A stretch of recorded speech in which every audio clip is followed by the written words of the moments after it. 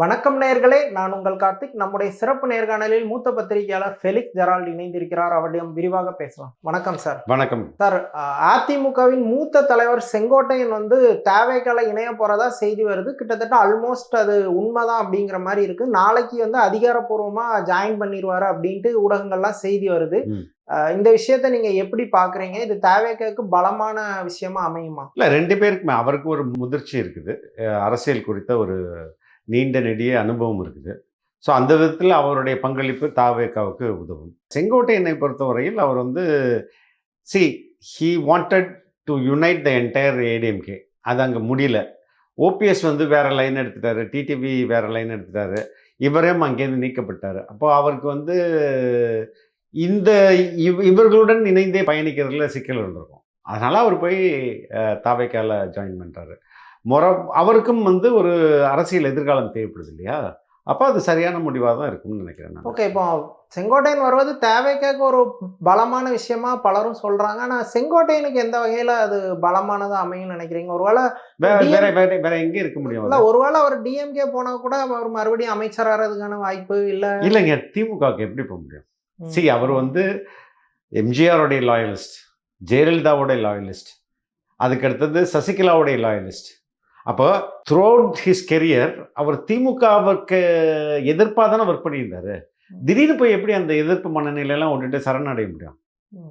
அது மற்ற ஓபிஎஸ்க்கு கூட அது செஞ்சாலும் செஞ்சிருவார். அவர் தனி கட்சி ஆரம்பித்து டிஎம்கே கூட கூட்டணி கூட வைப்பார். ஆனால் மனசாட்சி உள்ளவர்கள் அப்படி பண்ண முடியாதுல்ல. அதிருப்தியில் இருந்த நிறைய ஏடிஎம்கே லீடர்ஸ் டிஎம்கேவை நோக்கி தான் போகிறாங்க. டிஎம்கேவையும் ஒரு பாரம்பரிய திராவிட கட்சி, எப்படினாலும் அது அண்ணா ஆரம்பிச்ச கட்சி அப்படின்னு தங்களை கன்வின்ஸ் பண்ணிக்கலாம். இல்ல, பொதுமக்கள் கன்வின்ஸ் பண்ணிக்கிறதுக்கு தான் அது பயன்படுமே ஒழிஞ்சு, எப்படிங்க ஒரு ஏடிஎம்கேக்காரர் தொடக்கத்திலேருந்தே கருணாநிதி எதிர்ப்பு தானே, தீயசக்தி கருணாநிதினு எத்தனை முறை சொல்லியிருப்பாரு. அதெல்லாம் மறந்துட்டு டக்குன்னு போயிட்டு அங்கே சேர்றதுன்றது அது எப்படி சாத்தியம்? ஒரு ஏடிஎம்கேலாம் அப்படி ட்ரூ ஏடிஎம்கே பர்சனலாக பண்ண முடியாது. அங்கே போனால் பதவி கிடைக்கும், நல்ல வாய்ப்பு கிடைக்கும். ஆனால் இவள் தன்மானம். இப்போ தேவைக்கால போகிறது, இப்போ விஜய் மாதிரி ஒரு அன்எக்ஸ்பீரியன்ஸ்டு பொலிட்டீஷியனை தலைவராக. அன்எக்ஸ்பீரியன்ஸ்டு எதை வச்சு சொல்கிறீங்க? இல்லை, அவர் அதிகபட்சம் 1 இயர் ஆகுது, இன்னும் ஆக்டிவ் பொலிட்டீஷியனாக தன்னை நிலைநிறுத்தி. இல்லைங்க, அப்படி கிடையாதுங்க. 3 மாதம் கட்சி ஆரம்பித்த 3 மாதத்தில் ஆட்சி பிடிச்சிருக்காங்களே, அதெல்லாம் நீங்கள் என்ன சொல்லுவீங்க? ஆம் ஆத்மி எத்தனை கட்சி ஆரம்பிச்சு எத்தனை வருடங்கள் கழிச்சு டெய்லியே பிடிச்சாங்க? ரொம்ப ஷார்ட் டைம்ல பிடிச்சாங்க. அவர்கிட்ட ஒரு அக்ரெசிவ் பாலிடிக்ஸ் இருந்துச்சு. பீப்புளை மொத்தமா ஆளும் அரசுக்கு எதிராக திரட்டக்கூடிய ஒரு சக்தி ஏதோ திரட்டலையா? விஜய் திரட்டுறாரா இல்லையா? ஆளும் அரசுக்கு எதிராக தானே திரட்டுறாரு. ஆம் ஆத்மி திரட்டுனா அது சரி, விஜய் திரட்டுனா அது தப்புனா என்ன அர்த்தம்? இல்ல, விஜய் திரட்டுனா தப்புன்னு நான் சொல்லல. ஆனா விஜய் பாப்புலாரிட்டியோட இல்லைங்க, நீங்க அப்படி நினைக்க கூடாது. அவர்கள் அரசு தாவேக்கான்ற கட்சி வேணா ஒரு வருஷத்து ஒன் இயர் பிளஸ் தான் ஆயிருக்குன்னு நீங்க சொல்லலாம். ஆனா அது விஜய் மக்கள் இயக்கமா எவ்வளவு வருஷம் இருந்திருக்கு, அதை நீங்க பார்க்கணும்ல. மக்கள் இயக்கம் தானே இன்னைக்கு அரசியல் கட்சியா மாறுது. அப்ப இயக்க பணிகளுக்கும் அரசியல் பணிக்கும் என்ன பெரிய வித்தியாசம்? ஒன்லி திங் ஓட்டிங், அவ்வளவுதானே. அவங்க பல ஆண்டு காலமாக களத்தில் ஒர்க் பண்ணி உள்ளாட்சி தேர்தலெல்லாம் கண்டெஸ்ட் பண்ணி 100க்கும் மேற்பட்டோர் வின் பண்ணியிருக்காங்க. அதெல்லாம் அரசியல் பிளானிங்கே இல்லாமல் ஆக்சிடென்ட்டாக நடந்திருக்கும். அதெல்லாம் விபத்து இல்லை. ஒரு நெடிய திட்டமிடல் இருக்குல்ல இதுக்கு பின்னாடி. நம்ம இந்த வருஷத்தில் நம்ம பிளான் பண்ணுவோம், அதற்கு முன்பு இதெல்லாம் பயிற்சி எடுப்போம், எப்படி மக்கள்கிட்ட செல்வாக்கு நமக்கு இருக்குது, லோக்கல் பாடியில் நம்ம வின் பண்ணோம். லோக்கல் பாடின்றது கட்சியை மையப்படுத்திய அரசியல் தேர்தல் இல்லை, அந்தந்த உள்ளூர் முகத்தை மையப்படுத்திய தேர்தல் தானே. இப்போ அதிலே 100க்கும் மேற்பட்டோர் ஜெயிக்க வச்சு, அதாவது என்ன சொல்கிறாங்க, ஒரு லேபில் ஒரு விஷயத்தை நீங்கள் டெஸ்ட் பண்ணி பல்வேறு சோதனைகளை பண்ணி தானே ஒரு ப்ராடக்ட் வெளியில் வருது. அது மாதிரி பல்வேறு ஆய்வுகளை நடத்தி, அது விஜய் பேரில், புசி ஆனந்த் அவருடைய பேரில் பல்வேறு இடங்களில் தேர்தல் கேண்டிடேட்டை நிறுத்தி அவங்கள வின் பண்ணி, ஐ திங்க் 169 பேர் களம் இருக்கிறாங்க. அதில் 129 பேர் வெற்றி பெற்றிருக்காங்க. அப்போ 80% மேலே வெற்றி. அப்ப இதெல்லாம் எப்படி நீங்க அனுபவம் இல்லைன்னு சொல்ல முடியும்? இதெல்லாம் விபத்து கிடையாது இல்லையா? இல்ல அது ஓகே. நான் ஒரு நேரடியா ஒரு இம்பாக்ட்ஃபுல்லான பாலிடிக்ஸ் இம்பாக்ட்ஃபுல்லானன்றதை எதை சொல்றீங்க நீங்க? இல்ல அப்போ இன்னைக்கு விஜய் சொல்வது தானே, விஜய் மையப்படுத்தி தானே மொத்த தமிழக அரசியல் நகருது. ஆனா அத ஒரு மாதிரி அது இம்பாக்ட் இல்லைன்னா வேற என்ன? இல்ல அது ஓகே, அது நிச்சயமான இம்பாக்ட் தான். அவர் ஒரு விஷயம் பாட்டிலுக்கு 10 ரூபான்னு பேசினா அதுதான் ட்ரெண்ட் ஆகுது, அந்த விஷயங்கள்லாம் இருக்கு. ஆனா அதுக்கப்புறம் ஒரு பெரிய கேப் விட்டுறாரு. என்ன கேப் விட்டுறாரு? ஒரு மாசம். ஏங்க அது ஒரு மாசம் பல்வேறு பிரச்சனைகள் இருந்தது. உங்களுக்கு அதுக்கு அடுத்தது மொத்த எல்லா அரசியல் கட்சிக்குமே ரோட் ஷோவை பேன் பண்ணாங்க. இன்னுமே ரோட் ஷோ இங்க ஓபன் பண்ணல. அதனால தான் இப்ப பாண்டிச்சேரிக்கு போறாரு. அது வேற கவர்மெண்ட். அங்கே போய் மக்களை சந்திக்கலாம் இல்லையா? அப்போ 1 மந்த்ன்றது it was nobody expected. Okay, இப்போ போன வாரம் பேசினாரு. இந்த வாரம் டிசம்பர் 5ஆம் தேதி மறுபடியும் பாண்டிச்சேரி போறாரு. அதுக்கு அடுத்த வாரங்கள்ல தொடர்ச்சியா இண்டோர் மீட்டிங்கா தே வில் ஸ்டார்ட். அந்த 1 மந்த் 30 நாள் தானுங்க. அது ஒரு பெரிய பிளாக். அப்பனா இப்போ விஜய் ஏற்படுத்துகிற பரபரப்பு எவ்வளோ அதிர்வலைகள் ஏற்படுத்துது. அப்போ 1 மாசம்ன்றது ஒரு பெரிய லாங் பீரியட் மாதிரி உங்களுக்கு தோணுது இல்ல? செங்கோட்டையன் அந்த கட்சி ஒருங்கிணைப்பு பணியை தொடங்கினது பாஜக சொல்லி தான் தொடங்கினதா அவர் சொன்னாரு. அவர் எதிர்ப்பு தெரிவிச்சுட்டு உடனே டிடிவி தினகரனை சந்திக்கல, விஜயை சந்திக்கல, டிஎம்கேவை சந்திக்கல, டெல்லியில போய் பாஜக தலைவர்களை தான் சந்திச்சாரு. பாஜகங்கிறது தேவைக்கோட கொள்கை எதிரியோட பின்னணி உள்ள செங்கோட்டையனை எந்த அடிப்படையில கொள்கை எதிரியோட பின்னணின்னு சொல்றீங்க நீங்க? இல்ல அவர் தான் ஓப்பனா செங்கோட்டையனே சொன்னது, கட்சி ஒருங்கிணைப்பு பணி எனக்கு பண்ண சொன்னது பாஜக தான் சொன்னாரு.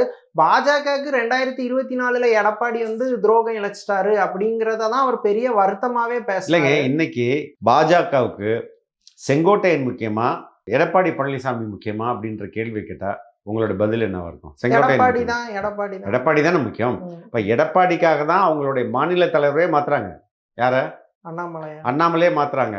அதிமுகவுக்கு ரொம்ப பரிச்சயமான, அதிமுகவில் உள்ள எல்லா தலைவர்களுடைய நட்புல இருந்த நயினார் நாகேந்திரனை கொண்டு லீடரா போடுறாங்க. இவரையே முதல்வர் வேட்பாளராக அறிவிக்கிறாங்க. அப்போ பாஜக தன்னுடைய நிலையிலேருந்து எவ்வளவு இறங்கி வருது? எதற்காக? எடப்பாடிக்காக. அப்போ செங்கோட்டையன் போய் பேசினார்ல, அங்க செங்கோட்டையன் தான் முக்கியம்னா எடப்பாடி கிட்ட கூட்டு சொல்லியிருப்பாங்களா பாஜக? இல்லைங்க நீங்கள் எல்லாரையும் சேர்த்துக்கங்கன்னு சொல்லியிருப்பாங்களா இல்லையா? அப்போ செங்கோட்டையன் என்டர்டெயின் பண்ணப்படல. செங்கோட்டையன் பேசிட்டு என்ன சொன்னார்? செய்தியாளர்கள் சந்திச்சாரா? டெல்லியில் போயிட்டு நான் சந்தித்தேன், எதுவுமே அப்போ நீங்கள் சொல்கிறது வேலைக்கு ஆகுதுங்க, எடப்பாடி தாங்க எங்களுக்கு முக்கியம், நீங்கள் பார்த்துட்டு போங்க அப்படி தானே சொல்லியிருப்பாங்க. அதோடைய அவுட்கம் தானே அவர் அங்கேருந்து வெளில வர்றாரு. அதுக்கப்புறம் இவர்களை நம்பி அவர் ஏதோ ஒரு முயற்சி எடுக்கிறாரு, வந்துடுறாரு, ஒருத்தரையும் சந்திக்கிறாரு. OPS சந்திக்கிறாரு, TTV சந்திக்கிறாரு. அப்போ அவர்களுடைய நிலைப்பாடு வெவ்வேறாக இருக்குது. ஆஹா, நம்ம கொஞ்சம் அவசரப்பட்டோமோ அப்படின்னு நினைக்கும் போது அவரால் திமுகவுக்கு போக முடியாது. ஹீ இஸ் உண்மையிலே லாயலிஸ்ட். அவர் மேலே இதுவரை எந்த கரப்ஷன் சார்ஜஸ் இருக்கா? ஊழல் குற்றச்சாட்டு எதுவும் இருக்குதா? பெரிய அளவுல இல்ல, சிறிய அளவுல ஏதாவது இருக்குதான்னு கேட்கிறேன். ஊழல் குற்றச்சாட்டுகள் அவர் மேல இல்லைங்க. அவர் இதுவரையும் ஓரளவுக்கு நேர்மையா இருந்தவர் தான். அப்போ தான் நேர்மையாகவே சிந்திச்சு பார்க்குறாரு. நமக்கு இனிமே எதிர்காலம் TVK has got a better future, உண்மையிலே பெட்டர் ஃபியூச்சர். அங்கே நம்ம போவோம், நம்ம பங்களிப்பு கொடுப்போம் அப்படின்னு தான். அதுதான் இதுக்கு பின்னாடி பிஜேபி. இது கட்டுக்கதை ரொம்ப ஸ்பீடாக பரவும் உண்மையை விட. ஏன்னா நம்ம உட்காந்து யோசித்து பகுப்பாய்வு பண்ணுறதுக்கு நமக்கு நேரம் இல்லை. சரிங்களா? யாரோ ஏதோ சொல்லிட்டாங்கன்னு வைங்களேன், அது கேட்குறதுக்கு நல்லா ஜாலியாக இருக்குது. ஓகே, விஜய் அவருக்கு காவி சாயம் போடுறதுக்கு இப்போ செங்கோட்டையன் மூலமாக எப்படிங்க இப்படி ஒரு பின்புலத்தில் விஜய்க்கு பிஜேபி இவரை இயக்குதுன்னு தெரிஞ்சுதுன்னா எப்படி அவரை கூட்டுப்பாங்க? அவர் இயக்குதுன்றதுக்கு என்ன எவிடன்ஸ்? இல்லை, அது செங்கோட்டையனே ஓப்பனாக சொன்னதுதான். என்னது? பாஜக சொல்லிதான் நான் ஒருங்கிணைப்பு பணியை தொடங்கினேன் அப்படிங்கறத அவர் சொன்னதுதான். அந்த விஷயத்த சொல்லிட்டு அவர் தான் டெல்லி தான் போய் பார்த்தார தவிர்த்து ஈவன் டிடிவி தினகரன் இல்ல அப்படி எனக்கு சொன்ன மாதிரி எனக்கு ஞாபகம் இல்ல. அவர் சொன்னாரு. அதுக்கப்புறம் இடையில பாஜக சொல்லிதான் இல்ல அப்படி சொன்ன மாதிரி எனக்கு இல்ல சொன்னாரு சார். அது நியூஸ் ஆச்சு, நாங்க அது ரிலேட்டடா இன்டர்வியூ பண்ணி. இல்ல அவர் பிரஸ் மீட் கொடுத்தாரு. பிரஸ் மீட்ல கொடுத்தாரு. பாஜக சொல்லிதான் நான் இந்த ஒருங்கிணைப்பு, ஆனா அது பெரிய இம்பாக்ட் கொடுக்கல. ஆனா பாஜக சொல்லிதான் ஒருங்கிணைப்பு பணியை தொடங்கினேன் அப்படிங்கறத அவர் சொன்ன ஸ்டேட்மெண்ட் தான். ஏன்னா அவருடைய அந்த 10 நாள் கெடு விதித்தார். அதற்கப்புறம் டெல்லி போனார். டெல்லி போயிட்டு அவர் பிரஸ் மீட் எதுவும் கொடுக்கல. இதற்கிடையில எப்ப சொன்னாருன்றது எனக்கு தெரியல. ஓகே. ஆனா சொல்லியிருந்தாரு. ஓகே. அதனால அது இல்ல, I don't think it is ட்ரூவா. ஒருவேளை அப்படி இருந்தா கூட அது பிரச்சனை இல்லைன்னு சொல்றீங்க. இல்லங்க, அப்படி இருக்கிறதுக்கு வாய்ப்பு இல்லைன்ற நானு. ஓகே. அதை ஏன் வந்து நேரடியா எடப்பாடி கிட்டே கூப்பிட்டு அமித்ஷா சொல்லியிருக்கலாமே. நீங்க கடந்த முறை பாத்தீங்கன்னா துக்ளக் விழால என்ன சொன்னாரு நம்ம ஆடிட்டர் குருமூர்த்தி, வீடு எரியுது, அணைக்கணும்னா சாக்கடை இருந்தால் சாக்கடை தண்ணியாக இருந்தாலும் தூக்கி போட்டு அணைச்சிட வேண்டியதுதான். அது மாதிரி சசிகலாவும் வேணா நம்மளுக்கு ஆட்சேபடினா அதை கூட்டிக்க வேண்டியதுதான் அப்படின்னு சொன்னார். அப்பவே என்னாச்சு? எடப்பாடி அதுக்கு ஒத்துக்கிட்டாரா? இல்லை. எப்படிங்க அது முடியும்? எப்படி சாத்தியம்? எடப்பாடிக்கு ஹைரார்கியில எடப்பாடி பொதுச் செயலாளராகவும் சசிகலா அவருக்கு கீழேயும் டிடிவி தினகரன் அவருக்கு கீழேயும் ஓபிஎஸ் அவருக்கு கீழேயும் ஒர்க் பண்ண முடியுமா? ஒர்க் பண்ண முடியாதுல்ல. It is not practical. செங்கோட்டையனுக்கு அது மேபி அவர் என்ன நோக்கத்தில் பண்ணாரா, அவர் ஒருவேளை கன்வின்ஸ் பண்ணி எல்லாரும் ஈக்குவேட் பண்ணணும்னு நினைச்சாரா? I don't know what was in his mind. But அது இம்பாசிபிள். அப்போ செங்கோட்டையன் எடுத்த முடிவு சரியான முடிவு. இப்போ செங்கோட்டையன் ஒரு டால் லீடர், ஒரு லாங் எக்ஸ்பீரியன்ஸ் உள்ள லீடர். இப்போ அப்படியே ஒரு லீடர் வந்து தேவைக்கல வரும்போது தேவைக்கு அவரை வந்து எப்படி அகாமடேட் பண்ணி பயன்படுத்தும்? இப்போ அவர் அளவுக்கு எக்ஸ்பீரியன்ஸ்டான ஒரு சீனியர் பொலிட்டீஷியன் யாரும் தேவைக்கல இல்ல. அவர் சீனியர் பொலிட்டீஷியன்ன்றத சொல்லுங்க, எக்ஸ்பீரியன்ஸ்ன்றது எதை நீங்க சொல்றீங்க? எக்ஸ்பீரியன்ஸ்னா லாங் டைம் ஃபீல்ட்ல இல்ல முழு நேரம் வாக்கரசியல்ல. அதான் இன்னைக்கு ஒரு காலத்துக்கு முன்பு வரை எலெக்ஷன்ன்றது கெஸ் ஒர்க், கெஸ்ஸிங்ல ஒர்க் பண்ணது. இன்னைக்கு எலெக்ஷன்ன்றது சயின்ஸ். ஓகே. அது வந்து சயின்ஸ்ன்றது என்னன்னா அதை வந்து ஒரு பாடம். அது வந்து ஒரு இதெல்லாம் பண்ணணும் ஒரு புக்கு போட்டாச்சு. அந்த புக்கை யார் படித்தாலும் அதில் ஒர்க் பண்ண ஆரம்பிச்சிடலாம். நீங்கள் இதை முன்னாடி மாதிரி கணக்கு போட்டு அதெல்லாம் இப்போ வந்து உடைச்சி விட்டு ஒரு சயின்ஸாக வந்துருச்சேங்க. அப்போ இது எதுக்கு 10 வருஷம்? இப்போ ரொம்ப ஈஸியாக பார்ப்போமே. முன்னாடியெல்லாம் ஒருத்தர் இயக்குனராக வரணும்னா அவர் 10 டைரக்டர்கிட்ட ஒர்க் பண்ணியிருக்கணும், அசோசியேட்டாக இருக்கணும். அப்படிலாம் இப்போ இருக்குதானே? இல்லை. நேரடியாக பையன் ஒரு ஷார்ட் ஃபிலிம் எடுத்து டெஸ்ட் பண்ணுறான், அது நல்லா ஹிட் ஆகுதான்னு சோஷியல் மீடியாவில் பார்க்குறான். அப்போ ஹிட் ஆகுது, கதை நல்லா இருக்குது, அப்படியே எடு. அது மாதிரி தானே பெரும்பாலான இயக்குநர்கள், பெரிய இயக்குநர்களே, இன்றைக்கி இருக்கிற பெரிய இயக்குநர்களே பெரும்பாலானோர் தானே வந்தவங்க தான். அப்போ இன்றைக்கி இருக்கிற இந்த ட்ரெடிஷ்னலாக நீங்கள் போய் அசிஸ்டண்ட்டாக ஒர்க் பண்ணிவிட்டு அதுக்கப்புறம் அசோசியேட் ஆகி அதுக்கப்புறம் கோ டைரக்டர் அப்படின்ற கான்செப்டே இல்லாமல் போச்சுல இப்போ. சரிங்களா? அதனால் அது ஓல்டு ஸ்கூல். இப்போ அந்த ஓல்ட் ஸ்கூல் இப்போ தேவை கிடையாது. இன்னைக்கு வந்து நவீன உலகம் வந்து வேற மாதிரி மாறி இருக்குல்ல. அப்போ அவருக்கு எக்ஸ்பீரியன்ஸ் இருக்கு. I am not denying. அந்த எக்ஸ்பீரியன்ஸ் தான் தாவைக்காக வெற்றி பெற வைக்கும் அப்படின்றது கிடையாது. He will add value. அதே மாதிரி இவருக்கும் ஒரு நல்ல அங்கீகாரம் கொடுப்பாங்க அந்த கட்சியில. அது என்ன மாதிரி கொடுத்தா கரெக்ட்? மாநில அளவுல கொடுப்பாங்க. மாநில அளவுல எல்லாருக்கும் வந்து அந்த இப்போ சிறப்பு குழு ஒன்று போட்டிருக்காங்க இல்லையா, அதோடைய அதில் முக்கியமான பொறுப்பாக கொடுக்கலாம், அதுக்கு தலைமை கொடுக்கலாம், எப்படியா இருக்கலாம். But they will give a due respect to him. இல்லை, தேவைக்கா மேலையும் விஜய் மேலையும் தொடர்ந்து இருக்கக்கூடிய விமர்சனம் என்னன்னா, ஈவன் நிறைய அதிருப்தியில் இருந்த பிற கட்சிகள், அதிருப்தியில் இருந்த லீடர்ஸ் வந்து தேவைக்கா வர்றதுக்கு ரெடியாக தான் இருந்தாங்க. ஆனால் அங்கே ஒரு பேரிகார்டு மாதிரி இருந்து விஜயை சந்திக்கிறதுல ஒரு பேரிகார்டு இருந்துகிட்டே இருந்துச்சு. அதனால தான் நிறைய சீனியர் லீடர்ஸ் வர முடியாமல் போச்சு. அதான் விஜயை நெருங்குறதுக்கான வாய்ப்பே க்ளோஸ் ஆன மாதிரியான ஒரு சுச்சுவேஷன் இருந்ததுன்னு ஒரு விமர்சனம் இருந்தது. அதை நீங்க எப்படி பாக்குறீங்க? இனிமேல் ஒருவேளை போய் பார்த்துட்டு வந்துட்டாரு. இல்ல, அதான் கேட்கிறேன். இல்லைங்க, ஒருவர் தாவேக்காவை பொறுத்தவரையும் ஒரு ஃப்ரெஷ்ஷா வர்ற ஒரு ஃபினாமினா, கரெக்டுங்களா? அந்த ஃப்ரெஷ் ஃபினாமினால அவங்களுடைய ப்ராமிஸ் என்னவா இருக்கு? ஒரு கிளீன் கவர்மெண்ட் கொடுக்கணும்னு அவங்க விரும்புறாங்க இல்லையா? அந்த கிளீன் கவர்மெண்ட்டுக்கு ஆல்ரெடி கரப்ட் பீப்புளை எடுத்து வச்சுட்டு நீங்க எப்படி கிளீன் கவர்மெண்ட் கொடுக்க முடியும்? கொடுக்க முடியாதுல்ல. ஊழல் குற்றச்சாட்டுகள்ல மாட்டினவங்களை வச்சுட்டு நீங்க எப்படிங்க கிளீன் கவர்மெண்ட் கொடுக்க முடியும்? அப்போ அதனால தான் சொன்னேன் தொடக்கத்தில், இவருக்கு வந்து he is a clean man. இதுவரையும் அவருக்கு எந்த ஊழல் குற்றச்சாட்டுகளும் அவர் மேலே இல்லை. அப்போ அது அப்படிதான் அது நடக்க முடியும். அப்போ என்ன அடிப்படையில் அதிமுக கூட கூட்டணிக்கு முயற்சி பண்ணாங்க, இல்லை அந்த டாக் அவங்க வந்து அவாய்ட் பண்ணாம இருந்தாங்க. காங்கிரஸ் கூட கூட்டணிக்கு முயற்சி பண்ணாங்க. ஈவன் டிடிவி தினகரன் கூட கூட்டணி வரலாங்கிற ஒரு வாய்ப்பு இருக்குது. சரி, ஸோ இப்போ அந்த கேட்லாம் அவங்க க்ளோஸ் பண்ணுவாங்களா, அந்த கிளீன் கவர்மெண்ட் அப்படிங்கிற ஆஸ்பெக்ட்? கிளீன் கவர்மெண்ட்ல அப்படி அதுக்கான வாய்ப்புகள் தான் இருக்கு. ஏன் இதுவரையும் வந்து டிடிவியோட கூட்டணி பேச்சுவார்த்தை தொடங்கல? இல்லை, அது ஜனவரிக்கு அப்புறம் கன்ஃபார்ம் ஆகும் அப்படிங்கிற மாதிரி. எதுக்கு இவ்வளவு நாள் தொடங்கலன்ற அது எனக்கு தெரியல. அது ஒரு பொலிட்டிக்கல் மூவ். அது இல்ல, the corrupt background could be the reason. Okay. அப்படின்னு நினைக்கிறேன் நான். ஐ am not very sure, but அது ஒரு ரீசனா ஆனா இப்போ இருக்கலாம். ஒரு எப்படி சொல்ல, அந்த கரப்ட் அலிகேஷன்ஸ் வந்து எந்த கட்சிக்கும் விதிவிலக்கு இல்லை. ஈவன் டிவிக்கேலாம் வந்து காசு வாங்கிட்டு போஸ்டிங் போடுறதான விமர்சனங்கள் இருக்கு. விமர்சனங்கள் தானே இருக்கு, அதுக்கு ப்ரூஃப் கிடையாதுல்ல. அப்படி பார்த்தா இப்போ மற்ற கட்சிகளுமே வந்து கன்விக்டட் கிரிமினல்ஸ்னு பார்த்தா உங்களுக்கு வந்து கம்மியாக தான் இருப்பாங்க. அலிகேஷன்ஸ் தான். ஏங்க சில அலிகேஷன்ஸ்க்கு நீங்களும் எக்ஸ்பீரியன்ஸ் ஆயிருப்பீங்க, நானும் எக்ஸ்பீரியன்ஸ். பாட்டிலுக்கு 10 ரூபாய் கொடுக்குறாங்களா இல்லையா? கொடுக்குறாங்களா இல்லையா? கொடுக்குறாங்க. அது அலிகேட் see it will take time. Okay. எதுவுமே நீதிமன்றம், நம்மளுடைய நீதிமன்றம் சிஸ்டம் அப்படிதானே இருக்குது, பொறுமையா தான் நடக்க முடியும். அப்பார்ட் ஃப்ரம் கரப்ட் இஷ்யூ, டிவிகேவோட கொள்கைகள்லாம் ரொம்ப தெளிவா இருக்கு, ஒரு விசனோட இருக்குன்னு நீங்க பாக்குறீங்களா? இல்ல என்ன தெளிவற்ற கொள்கை? இல்ல அதான் கேக்குறேன். அவங்க அதை நீங்க எப்படி பாக்குறீங்க? இல்லைங்க, அவங்க வந்து அவங்க வந்து புதிய கொள்கை எல்லாம் எடுத்துட்டு வரல, புதிய திராவிடம் தான். ஓகே. பெரியார், அண்ணா, எம்ஜிஆர் இவர்களுடைய தத்துவங்கள் தான் அங்க வந்து இருக்குது ஒழிஞ்சு, அதை தாண்டி வந்து அவங்க புதிய கொள்கைகள் ஒன்றும் இல்லை. ஜெண்டர் ஈக்குவாலிட்டி, செக்குலர் கவர்மெண்ட், இதுதானே அவங்க பேசுறாங்க. சோசியல் ஜஸ்டிஸ், இது எல்லாமே இந்த கொள்கைகள் போதுமானது தானே. இதை விட வேற என்ன கொள்கைகள் வேணும் உங்களுக்கு? ஓகே. அப்ப ஆல்ரெடி இருக்கிற கொள்கைகளே எனஃப் அப்படிங்கிறீங்க. அதை என்ஹான்ஸ் பண்றதுதான், அதை இம்ப்ளிமெண்ட் பண்ணுங்க. இப்போ சாதிவாரி கணக்கெடுப்பு தமிழகத்தில் நடத்த முடியுமா? முடியாது. சாதிவாரி கணக்கெடுப்புன்ற பேரை கூட நீங்கள் அப்படி ஒரு சிக்கல் இருந்ததுன்னா நீங்கள் பேரை கூட மாற்றுங்க, குடி கணக்கெடுப்புன்னு போடுங்க. If the government wants they can do it. I am right? நாங்கள் ரிசர்ச் கூட பண்ணுறோன்னு எடுங்க. ஓகே. அது ஏன் பண்ண மாட்டேங்கிறாங்க? அந்த வில் இருக்கா? அந்த true care for the people இருக்குல்ல, உண்மையான மக்கள் மீது அக்கறை இருக்கா? அதுதானே கேள்விக்குறி. நீங்க கொள்கையே இல்லாட்டி கூட உண்மையான அக்கறையும் உண்மையான பாசமும் மக்கள் மேல இருந்தா நீங்க நல்ல கவர்மெண்ட்டை நடத்தி போயிடலாங்க. ஸோ அதனால அதெல்லாம் வந்து விமர்சனங்களும் அவதூறுகளும் தான், அதை நம்ம பெருசுப்படுத்துவாங்க. ஓகே.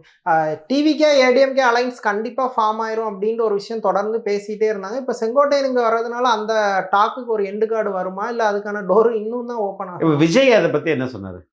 விஜய் சைட்ல இருந்து அதுக்கு மறுப்பு தான் தெரிவிச்சாங்க. மறுப்பு தெரிவிக்கலங்க, நீங்க திருப்பி முதல்வர் வேட்பாளரே விஜய் தான். ஏன்னா ஒரு தீர்மானம் நிறைவேற்றாங்க. என்ன தீர்மானம்? விஜய் தான் முதல்வர் வேட்பாளர்னு. அப்போ இபிஎஸ் முதல்வராக்குறது விஜயோடைய வேலை இல்லை, முடிஞ்சிச்சா? விஜய் தான் முதல்வர் ஆகணும், அதுதான் திமுகவுடைய அஜெண்டா. ஓகே. ரெண்டாவது, தாவேகாவை தலைமை ஏற்று வருகின்ற கட்சிகளுக்கு கூட்டணியில் இடம், அப்படிதானே சொல்றாங்க. அப்ப அதிமுக வந்து தாவேகாவை தலைமை ஏற்றிட்டு வரப்போதா? இல்லை, வராது இல்லை. அப்புறம் எந்த அடிப்படையில் ஏடிஎம்கே கூட கூட்டணி சொன்னாங்க? இபிஎஸ் என்ன சொன்னார்? இங்கேருந்து இப்படி ஒரு சிக்னல் வந்துருச்சு, ஒரு வெளிப்படையாக பிரகடனப்படுத்திட்டாங்க. இபிஎஸ் என்ன சொல்ல? இல்லைங்க, நான் தாவேகாவோடலாம் பேசலைங்க, அந்த பையன் ஏதோ கட்சி கொடி வச்சுருந்தான், நான் சும்மா சொன்னேன்னு அவர் சொன்னாரா இல்லையா? அப்போ இவர்கள் 2 பேருமே இதை உறுதிப்படுத்திட்ட பிறகு வேற ஏடிஎம்கேட கூட்டணின்னா அது வந்து பரப்பி விடுற அவதூறா, இல்லை வந்து சும்மா மசாலாவோ? எதனால அந்த விஷயம் ரிப்பீட்டடா டாக்ல இருக்குன்னு நினைக்கிறீங்க? ஏன், very good, that's a very brilliant question. ஏன் அப்படின்னா இங்கு வந்து பாஜக எதிர்ப்பு மனநிலை இருக்குல்ல, அது ஒரு பெரிய ரோல் பிளே பண்ணுது. சரிங்களா? பெரும்பாலான தமிழர்கள் பாஜகவுக்கு எதிர் மனநிலையில் இருக்காங்க. அவங்க ஒரு மதவாத கட்சி, அவங்க வந்தால் தமிழ்நாடு கலவர பூமியாக மாறிடும், இப்போ அதனால அவங்கள இங்கே உள்ள விடக்கூடாது அப்படின்ற ஒரு மைண்ட் செட்டில் இருக்காங்க. இதனால் வரையில் அதை மொத்தமாக அறுவடை பண்ணது திமுக. சரிங்களா? அப்போ விஜய், ஏடிஎம்கே, பிஜேபி கூட்டணியில் இருக்கிறாங்க, பேசிக்கிட்டு இருக்காங்க அப்படின்போது ஓகே, செங்கோட்டையனை வந்து பிஜேபி ஏஜென்ட்டை உள்ளே அனுப்புகிறாங்க. திருமாவளவன் என்ன சொல்கிறாரு? நம்ம தாவேகாவே ஆர்எஸ்எஸ் உடைய தமிழக அரசியல் அனுப்பிவிட்ட ஒரு சக்தி அப்படின்னு சொல்றாரு. இது எல்லாமே மக்கள் மனதில் தாவேகா பிஜேபிக்கு ஏதோ உறவுக்கு போல இருக்குன்னு ஒரு தோற்றத்தை ஏற்படுத்துதா, ஒரு சந்தேகத்தை ஏற்படுத்துதா? அப்போ பிஜேபி எதிர்ப்பு மனநிலை அங்கே போயிடக்கூடாது. யாருக்கு போயிடக்கூடாது? விஜய்க்கு போயிடக்கூடாது. அதை ஸ்டாப் பண்றதுக்கு தான் இந்த புரளிகள்லாம்.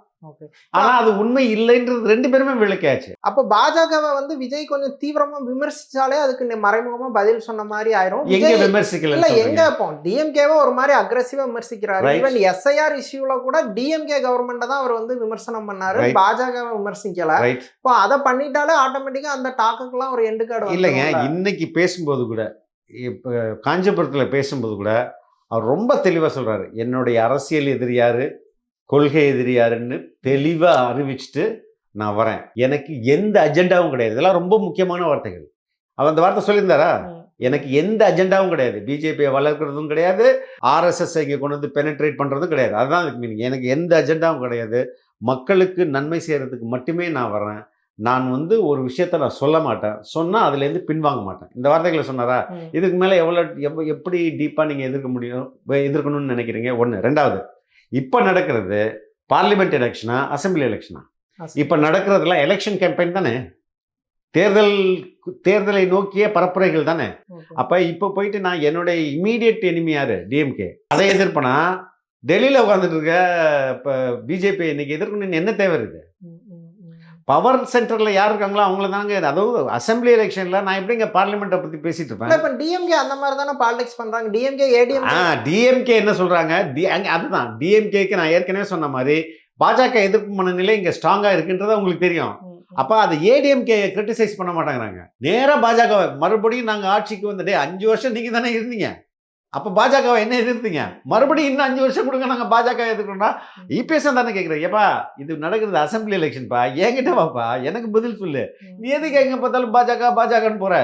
அப்போ இந்த பிஜேபி எதிர்ப்பு மனநிலையில் இருக்குல்ல, அது யார் அறுவடை பண்ண போறாங்க அப்படின்றதுல விஜய் இன்னைக்கு ஒரு பெரிய ஃபோர்ஸா வந்து நிற்கிறாங்க. விஜய் அத பிஜேபி எதிர்ப்பு ஓட்ட அறுவடை பண்ற அளவுக்கு விஜய் ஃபோர்ஸா எமர்ஜ் ஆயிட்டாரு. ஏன்னா டிஎம்கே அது மக்களுக்கு தெரியுதே, மக்களுக்கு தெரியுது.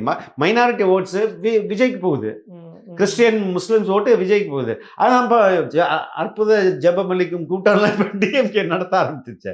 ப்ரேயர் மீட்டிங் இன்னைக்கு டிஎம்கே நடத்திருக்கு. புரியுதுங்களா? அவர்கள் என்ன சொல்றது, இவர் தான் நம்ம இபிஎஸ் தான் சொன்னார், ஏன் பதறீங்க, ஏன் இவ்வளவு பதறீங்க அப்படின்னு அவர் கேட்டால அந்த மாதிரி பதட்டத்தில் இருக்கிறாங்க. அவங்களுக்கு இந்த நரேட்டிவ்ஸ் வந்து உடையுதேன்றதுல வருத்தம், பயம். அதனாலதான் இந்த பிஜேபி பிளானை தூக்கி மறுபடியும் உள்ள போறாங்க. ஓகே சார், தமிழ்நாடு அரசியல் குறித்து பல விஷயங்களை ரொம்ப விரிவாக பேசுனீங்க. ரொம்ப நன்றி. தேங்க்யூ.